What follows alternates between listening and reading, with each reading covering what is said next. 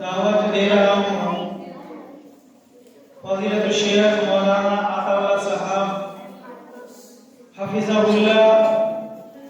معتمد مدرسہ دارالحدیث رحمانیہ موصوف سے گزارش ہے کہ آپ آدھے گھنٹے میں اپنی تقریر کو سمیٹ لیں، چونکہ مقرر اور بھی ہیں۔ اور بڑے افسوس کی بات یہ ہے جتنے بچے یہاں پڑھ رہے ہیں خود ان کے والدین یہاں پر نہیں ہیں، جتنے بچے یہاں پڑھ رہے ہیں ان کے ماں باپ بھی نہیں ہیں۔ افسوس کی بات تو یہ ہے۔ السلام علیکم ورحمۃ اللہ وبرکاتہ۔ ان الحمد للہ والصلاة والسلام علی من لا نبی بعدہ۔ قال اللہ تبارک و تعالی فی الکلام المجید والفرقان الحمید۔ اعوذ باللہ من الشیطان الرجیم، بسم اللہ الرحمن الرحیم۔ قد افلح المؤمنون الذین هم فی صلاتهم خاشعون والذین هم عن اللغو معرضون۔ صدق اللہ العظیم۔ قال رسول اللہ صلی اللہ علیہ وسلم بنی الاسلام علی خمس شہادۃ ان لا الہ الا اللہ اقیموا الصلاۃ وایتاء الزکاۃ۔ صدر مجلس معزز علماء کرام، انتہائی میرے باوقار بزرگوں، نوجوانوں، عزیز طلباء و طالبات، خواتین، اسلامی ماں اور بہنیں، میں اپنی بات شروع کرنے سے پہلے بچیوں سے گزارش کرتا ہوں کہ آپ تھوڑا خاموش رہیں۔ اور دکھ کی بات یہ ہے کہ آج جو پروگرام چل رہا ہے آپ کے بچے اور بچیوں کا، اب اسی سے آپ اندازہ لگائیں کہ آپ کے کو اپنے بچوں سے کتنا لگاؤ، کتنی دلچسپی ہے۔ جب آپ کے اندر اپنے بچوں کی محبت رہے گی، یہ طلبہ ہیں، یہ بچے اور بچیاں دین کا علم حاصل کرنے کے لیے آپ کے مکتب میں پڑھتے ہیں، مسجد میں پڑھتے ہیں، اور امام محترم بڑی محنت اور لگن کے ساتھ آپ کے بچوں کو تعلیم و تربیت دیتے ہیں، لیکن اگر آپ کا تعاون، آپ کا سپورٹ، آپ کا ان کی ہمت افزائی نہیں رہے گی تو یہ دن آئے گا یہ امام صاحب کی ارمان اور آرزو کی دل توڑ جائے گی۔ کیونکہ جیسا ماحول ہوتا ہے لوگ اس میں ڈھل جاتے ہیں۔ ایک ہمارے دوست ہے، ان کی بیٹی